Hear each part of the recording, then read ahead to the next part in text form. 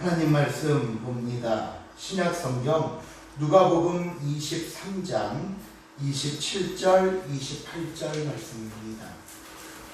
신약 성경 138페이지 누가복음 23장 27절 28절 말씀 찾으신 줄 알고 제가 봉독해 드립니다. 또 백성과 및 그를 위하여 가슴을 치며 슬피 우는 여자의 큰 무리가 따라오는지라. 예수께서 돌이켜 그들을 향하여 이르시되 예루살렘의 딸들아 나를 위하여 울지 말고 너희와 너희 자녀를 위하여 울라. 아멘.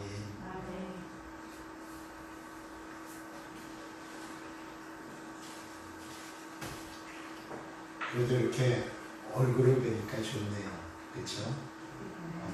텅 빈 예배당을 바라보며 혼자 하염없이 외쳤었는데 어쨌든 점점 상황들이 나아지고 또 회복돼서 하루속히 우리의 일상으로 돌아가고 또 우리의 예배도 또 일상적인 예배가 될 수 있기를 주님의 이름으로 축원을 드립니다.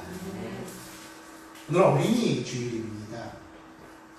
제가 어린이 주일 설교를 준비하려고 했을 때 떠오른 기도문이 있었습니다.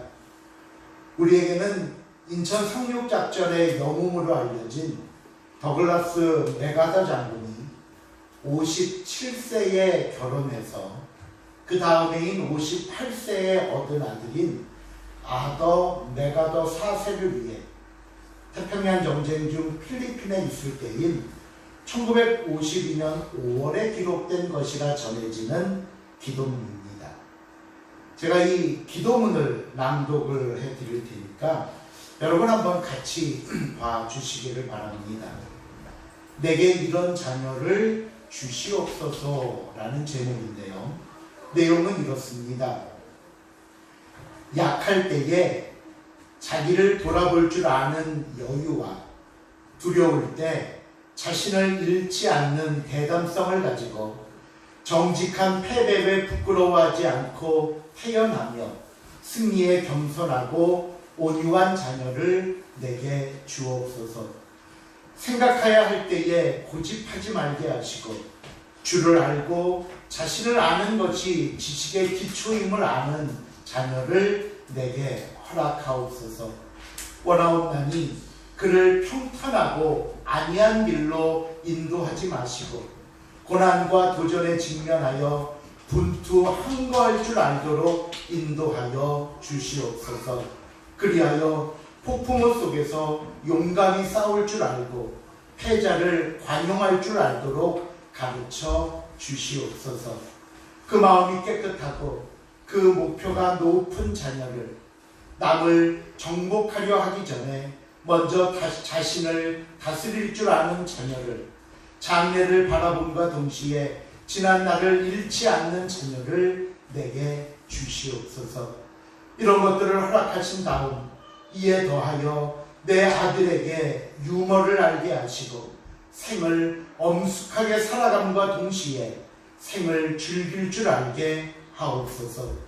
자기 자신에 지나치게 집착하지 말게 하시고 겸허한 마음을 갖게 하시나 참된 위대성은 소박함에 있음을 알게 하시고 참된 지혜는 열린 마음에 있으며 참된 힘은 온유함에 있음을 명심하게 하옵소서. 그리하여 나 아버지는 어느 날 내 인생을 헛되이 살지 않았노라고 고백할 수 있도록 도와주시옵소서. 제가 처음 이 기도문을 볼 때는 그저 아이들이 올바르게 성장하고 훌륭한 삶을 살기를 바라는 아버지의 기도라 생각했습니다. 그런데 특별히 이 기도문 중에 제일 마지막 기도를 보시면요, 이 기도가 가지고 있는 더 깊은 의미를 발견하게 됩니다. 그리하여 나 아버지는 어느 날 내 인생을 헛되이 살지 않았노라고 고백할 수 있도록 도와주옵소서.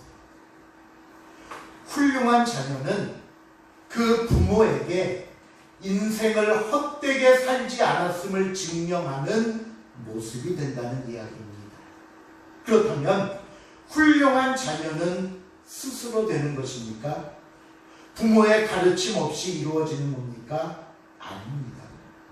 결국 이 기도 속에는 우리의 자녀가 이런 자녀가 될 수 있도록 내가 아버지로서 올바르게 양육할 수 있게 해 주옵소서라는 기도와 두 번째로 훌륭하게 성장한 자녀를 보며 하나님 앞에 감사할 수 있게 해달라는 기도임을 깨닫게 된 것입니다. 그렇다면 오늘 저와 여러분은 자녀들을 위해 무엇을 해야 할까요? 오늘 어린이 주일을 맞아 예수님의 말씀을 통해 이 질문의 답을 찾아보도록 하겠습니다. 오늘 본문은 예수님께서 빌라도에게 사형 언도를 받으시고 사형장인 골고다 언덕으로 가시는 모습을 담고 있습니다. 목요일 밤에 겟세마네 동산에서 기도하신 후 잡히신 예수님께서는 금요일 오전까지 이곳 저곳을 옮겨 다니시며 신문을 받고 고문을 당하십니다. 최종적으로 빌라도 총독에 의해 사형 언도를 받으시고는 당신이 달리실 십자가를 친히 지고 예루살렘에서부터 골고다 언덕까지 발걸음을 옮기십니다. 이미 많은 매질과 고문으로 인해 몸이 쇠할 대로 쇠한 예수님이셨기 때문에 발걸음은 무겁고 힘겨웠으며 그 한 걸음 한 걸음이 고통이었습니다. 예수님의 마음 또한 평소에는 경험해보지 못한 외로움과 슬픔의 시간이었습니다. 예루살렘에 나귀를 타고 들어가실 때 길 양편에 서서 옷을 벗어 바닥에 깔고 종려나무 가지를 흔들던 환호가 아닙니다. 수근거림과 손가락질, 자신을 향해 십자가에 못 박으라고 외쳤던 분노의 외침을 예수님은 기억하고 있기에 지금 골고다를 향하는 발걸음은 힘겹기만 합니다. 예수님께서 십자가를 지고 골고다를 향해 가셨던 길을 뭐라고 부르는지 혹시 여러분 아십니까? 그 길을 가리켜 비아 돌로사라고 말합니다. 이 비아라는 말은 길이라는 뜻이고요. 돌로로사는 슬픔이라는 의미입니다. 그래서 비아 돌로로사라는 말은 슬픔의 길, 고난의 길, 십자가의 길이라고 부릅니다. 이 십자가의 길에서 예수님을 따르던 사람들이 있었습니다. 오늘 본문 27절입니다. 우리 27절 말씀 같이 한번 읽어봅니다. 시작. 또 백성과 및 그를 위하여 가슴을 치며 슬피 우는 여자의 큰 무리가 따라오는지라. 특별히 가슴을 치며 슬피 우는 여자의 큰 무리가 따라온다는 말씀에 주목해 주십시오. 제자들마저 예수님을 버리고 뿔뿔이 흩어진 상황입니다. 베드로는 멀찍이 예수님을 따랐지만 너도 그와 한편이라는 여종의 말에 그만 그 마음과 믿음이 무너져버려 예수님을 부인하고 저주했습니다. 이런 상황에서 슬피 울며 따르는 여인들이 있었다는 것은 이들이 대단한 용기와 믿음을 보여주는 것이고요. 힘들고 외로운 예수님의 발걸음에 큰 힘이 되고 위로가 되었습니다. 앞에 지도를 다시 보시면요.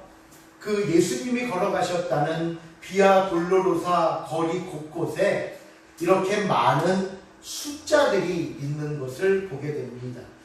1번부터 2번 순서대로 이렇게 와서 제일 마지막 14번까지 있습니다. 1번은 예루살렘에 있는 빌라도 법정이고요. 마지막 14번은 예수님의 십자가가 세워진 골고다 언덕입니다. 이 빌라도 법정부터 골고다 언덕까지 이 길이 약 800m 정도 됩니다. 이 800m 정도 이르는 길에 지금 요 숫자로 표시된 곳에 가면요, 아까 앞에 그림으로 보았던 것처럼 각각 번호와 함께 여기서 예수님이 하셨던 말씀 또는 예수님께 일어난 사건들을 기록해 놓고, 지금도 순례객들이 성지순례를 가면 이 길을 따라 올라가면서 그 표지 앞에서 여기서 이런 일이 있었구나, 여기서 이런 말씀을 하셨구나 라고 묵상하도록 표시와 함께 푯말을 붙여놓은 겁니다. 이 중에 이 표시된 8번째 지점에서 예수님은 조금 전에 보았던 자신을 따르는 여인들에게 이런 말씀을 하십니다. 28절입니다. 시작. 예수께서 돌이켜 그들을 하나여 주시되 이제서는 대하여라 나를 위하여 울지 말고 너희와 너희 자녀를 위하여 울어라. 나를 위하여 울지 말라 하십니다. 그리고는 너희와 너희 자녀를 위하여 울라 말씀하신 겁니다. 제가 오늘 설교를 시작하면서 오늘 본문에 나오는 예수님의 말씀을 통해 우리가 자녀들을 위해 무엇을 해야 할 것인가에 대한 답을 찾아보자고 말씀을 드렸습니다. 첫째로 우리가 답을 찾아야 할 말씀은 나를 위해 울지 말라는 말씀입니다. 왜 예수님은 나를 위해 울지 말라고 하셨을까요? 이는 예수님께서 왜 이 길을 가고 계신지에 대한 분명한 인식이 있으셨음을 가르쳐주는 말씀입니다. 제가 학교에 가서 학생들이나 또 학부모들을 상대로 강의를 하는데 강의 제목은 이겁니다. 꿈을 절대로 찾지 마세요. 그러면서 따라오는 부제목은 꿈은 찾는 것이 아니라 만들어가는 겁니다. 그 얘기를 하는데 학생들에게 꿈을 만드는 재료들을 이야기하다가 이런 얘기를 해줍니다. 꿈에는 명사와 형용사가 있습니다. 예를 들어서 내가 어느 학생에게 너는 꿈이 뭐니? 라고 물었을 때 그 학생이 제 꿈은 의사입니다 라고 대답했다면 이 학생의 꿈 중에 명사는 의사라는 말입니다. 의사입니다. 그러면 제가 다시 묻습니다. 그래? 그러면 어떤 의사가 되고 싶은데? 라고 물을 때 그 어떤에 해당하는 것이 형용사입니다. 형용사. 요즘 학생들의 대답은요, 이 형용사의 대부분이 뭔 줄 아십니까? 거의 동일합니다. 돈 잘 버는, 돈 많이 버는, 돈 많이 버는 의사, 돈 많이 버는 유튜버, 돈 많이 버는 크리에이터, 돈 많이 버는 건물주, 그저 돈입니다. 예, 돈 잘 버는 의사. 그럼 제가 다시 묻습니다. 그럼 네가 이 다음에 의사가 됐는데 불법이든 부정한 방법을 통해서라도 네가 원하는 만큼의 돈을 많이 벌었다면 그럼 너는 그 꿈을 이루었고 성공했다고 말할 수 있을까? 라고 물으면 그 불법이라는 말에 애들은 좀 움찔합니다. 물론 돈을 잘 벌기 위해 노력하는 건 나쁜 것이나 잘못된 것은 아닙니다. 하지만 기왕이면 이 형용사를 선하게 갖고 많은 사람들에게 선한 영향력을 끼칠 수 있는 형용사라면 어떨까요? 저는 의사가 돼서 1년에 한 번 우리나라 낙도나 오지에 가서 의료봉사를 하는 의사가 되고 싶습니다. 그럼 이 학생이 다음에 꿈을 이루었다고 생각해 보세요. 그럼 이제 할 일 다 한 겁니까? 아니요. 형용사를 더욱 발전시키고 키워나가는 겁니다. 그러면 그 다음에는요, 한 2년이나 3년에 한 번쯤 저 아프리카나 정말 어려운 해외로 나가서 의료봉사하는 의사가 되고자 합니다. 이 학생이 의사가 되기 위해 어려운 공부를 하고 힘든 과정을 겪을 때마다 자신이 왜 의사가 되어야 하는지, 의사가 되려고 하는 그 이유인 형용사를 분명히 알고 있다면 과정 충분히 감당할 수 있고 끝까지 포기하지 않고 나아갈 수 있는 겁니다. 우리의 모든 일이 그렇습니다. 공부, 직장생활, 신앙생활, 그 외의 삶의 모든 일에 형용사를 분명하게 세우십시오. 그리고 그 형용사를 이루기 위해 최선을 다하는 것이 우리의 인생을 행복하게 만드는 비결이 됩니다. 여러분의 자녀들에게 물어보세요. 뭐가 되고 싶니? 가연아, 큰일 났다, 그치? 분명히 집에 가면 물어볼 것 같아. 미안해. 뭐라고 대답하면 왜가 중요합니다. 아시겠죠? 예수님께서 십자가를 지신 길은 죽음으로 가는 길이었습니다. 발을 내딛는 한 걸음 한 걸음이 아프고 고통이었습니다. 하지만 예수님은 후회하지 않았습니다. 슬프게 여기지 않았습니다. 그러기에 자신을 위해 우는 여인들을 향하여 자신 있게 말씀합니다. 나를 위해 울지 말아라. 내가 지금 울 일이 아니다. 바라기는 오늘 우리의 자녀들이 이런 분명한 비전을 갖게 되기를 축원합니다. 비전이 하나님의 영광이 되기를 축원합니다. 비전을 통해 끊임없이 도전하고 성장하기를 축원합니다. 이것이 오늘 예수님의 말씀을 통해 우리가 깨달아야 할 첫 번째 교훈이자 대답입니다. 두 번째로 예수님은 너희와 너희 자녀들을 위하여 울라라고 하십니다. 그러면서 왜 우리 자신과 자녀들을 위해 울어야 하는지 그 다음 29, 30절에 그 내용이 나옵니다. 우리 한번 읽어볼까요? 29, 30절 말씀 시작. 날이 이르면 사람이 말하기를 잉태하지 못한 이와 해산하지 못한 배와 먹이지 못한 젖이 복이 나으리라. 그때 사람이 산들을 대하여 우리 위에 무너지게 하며 작은 산들에 대하여 우리를 덮으라 하리라. 그 29절 시작하는 제일 앞에 보시면요, 보라 날이 이르면 이라고 시작합니다. 앞으로 이들에게 닥칠 어느 날 때문에 너희와 너희 자녀를 위해 울어야 된다는 겁니다.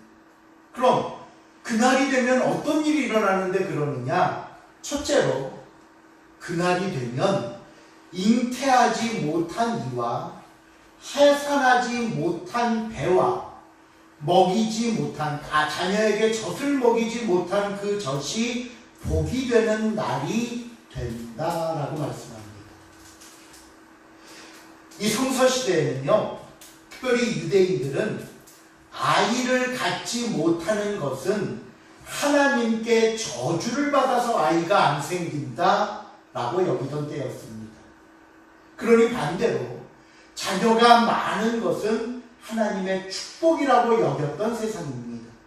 그런데 그날에 잉태하지 못한 여인과 해산하지 못한 여인과 젖을 먹여 아이를 키우지 못한 여인이 복이 있답니다. 이 말씀을 통해 볼 때 그날은 결코 행복한 날은 아님을 알게 됩니다. 그날이 얼마나 끔찍했으면 자녀를 낳고 그 자녀가 고통당하는 것을 보느니 차라리 자녀 없는 쪽이 마음 편하고 복되다고 말씀하겠습니다. 둘째로 그날에는 사람이 저기 있는 산들을 향하여 우리 위로 무너지라고 하며 작은 산들에 대하여 우리를 엎으라고 이야기를 한답니다. 산들이 무너져서 자기를 엎어버립니다. 그 안에 파묻힐지언정 그렇게 흙 속에 파묻혀서라도 환난을 피할 수 있으면 좋겠다라는 의미입니다. 도대체 이 날이 어떤 날이길래 이렇게까지 이야기를 하는가? 이 끔찍한 날은요, AD 70년 로마의 티투스라는 장군이 예루살렘을 함락시키는 사건을 일컫는 말입니다. 당시 전쟁은 장기전으로 접어들었고 미처 예루살렘 성을 빠져나가지 못한 사람들은 꼼짝없이 그 안에 갇히게 됩니다. 시간이 흐를수록 식량이 떨어지고 굶주려 죽어갑니다. 이 가운데 굶주린 부모들은 죽은 아이들의 시체를 먹었고 심지어 자기 아이를 잡아먹기까지 했던 겁니다. 그러니 이런 꼴을 보니, 이런 일을 당하느니 차라리 잉태하지 못한 여인, 해산하지 못한 배, 먹이지 못한 젖이 복이 있다고 말씀을 합니다. 이날을 일컫는 예수님의 예언을 보면요, 마태, 마가, 누가가 모두 동일하게 기록된 말씀이 하나 있는데 그게 뭐냐면요, 이날에는 성전의 돌들이 돌 위에 하나도 남지 않을 것이라고 말했습니다. 돌들을 얹어서 쌓았는데 돌 위에 돌이 남지 않고 다 파헤쳐버릴 거라는 얘기입니다. 실제로 로마가 침략했을 때 당시 어떤 소문이 돌았냐 하면요, 하도 이 애기중지하게 지은 예루살렘 성전이다 보니까 이 사람들이 성전을 지을 때 돌과 돌을 쌓을 때 이 사이에 금을 놓았다라는 소문이 있었습니다. 돌 놓고 금 하나 놓고 돌 놓고, 오늘날로 말하면 가짜 뉴스입니다.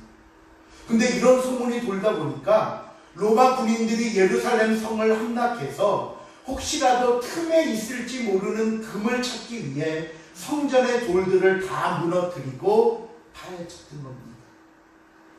이스라엘은 이날 이 전쟁으로 인해 더 이상 팔레스타인 땅에 살지 못하고 전 세계로 흩어져 버리게 됩니다. 우리가 잘 아는 디아스포라라는 말씀, 때로는 난민이라는 삶이 바로 이때 나라를 등지고 세계로 흩어진 이스라엘 사람들을 일컫는 말이고요. 이들이 다시 1947년 팔레스타인 땅으로 돌아오기까지 약 2000년의 시간을 나라를 잃고 헤매야만 했습니다.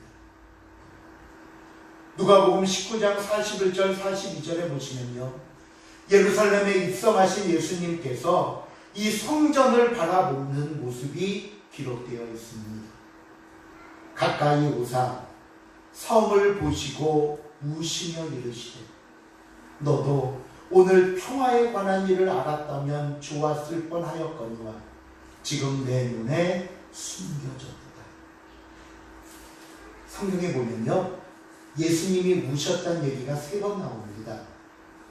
첫 번째는 나사로의 무덤 앞에서 우셨고요, 두 번째는 히브리서에 보면 겟세마네 동산에서 심한 눈물과 통곡으로 기도했다고 나오고요, 세 번째가 바로 이 예루살렘 성전을 바라보며 우셨던 겁니다. 이 모든 참사를 알고 계신 예수님께서는 앞으로 이 성에서 일어날 일들을 생각하시며 눈물과 슬픔에 잠기셨던 겁니다. 그런데 이것이 끝이 아닙니다. 예수님의 눈물과 이 예언의 말씀은 역사적인 사건에서 한 걸음 더 나아가 저와 여러분을 이 세상 마지막 시간으로 안내합니다.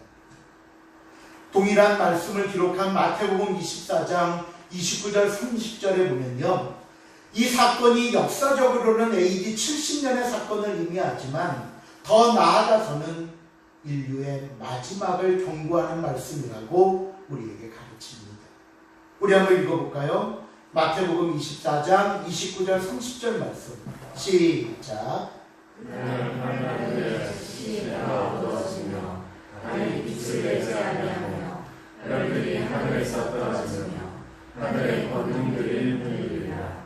그때 인자의 징조가 하늘에서 보이고 그때 땅의 모든 족속들이 통곡하며 그들이 인자가 구름을 타고 능력과 큰 영광으로 오는 것을 보리라. 예수님은 이스라엘 백성들의 교만과 어리석음으로 인해 장차 예루살렘이 멸망당할 것을 알고 계셨습니다.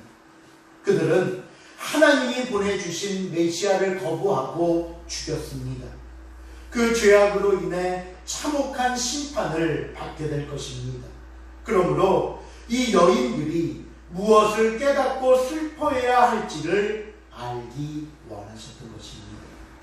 마찬가지로 이 세상 마지막 때가 되면 예수님을 거부한 사람들, 복음을 거절한 사람들, 예수님과 교회를 향해 박해하고 성도들을 모욕하고 조롱하던 사람들은 심판을 받게 됩니다. 그때는 마지막입니다. 더 이상 기회가 없습니다. 이날이 오기 전에 우리와 우리의 자녀들을 위해 울며 기도하라는 말씀입니다. 그러므로 이 시간 사랑하는 성도 여러분, 무엇보다 자녀들의 믿음을 위해 울며 기도하시기를 바랍니다.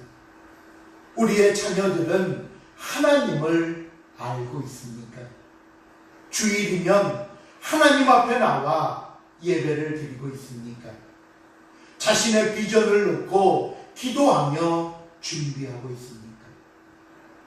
우리가 세상에서 아무리 많은 것들을 자녀에게 물려준다 할지라도 믿음을 물려주지 못한다면, 신앙을 유산으로 전해주지 못한다면 그 자녀들의 영원한 생명이 점점 꺼져가고 있다는 사실을 잊지 마시기 바랍니다.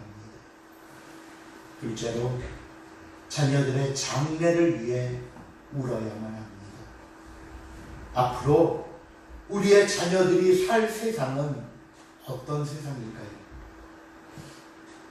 코로나19라는 전염병 하나로 온 세상이 멈췄고 죽음의 공포에 휩싸이게 되었습니다.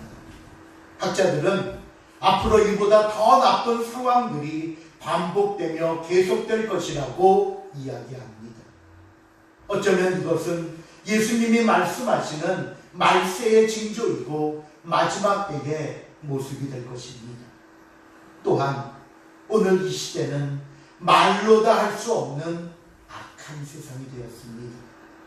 수많은 범죄와 사건 속에 나도 모르는 사이에 내가 피해자가 되어 있고요. 수많은 중독들, 게임 중독, 도박 중독, 마약, 인터넷, 음란, 이 수많은 중독들이 우리와 우리의 자녀들을 파멸하고자 달려드는 세상입니다. 오죽하면요, 어느 분이 이런 얘기를 하더라고요. 가족들이 아침에 집을 나가서 자신들의 일들을 다 마치고 무사히 가정으로 돌아오는 게 가장 감사할 일이고, 평범하게 보낸 하루의 시간이 행복된 시간이다.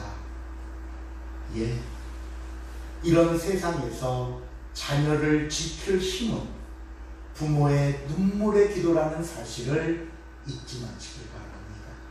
그러기에 지금이 바로 자녀를 위해 울어야 할 때입니다.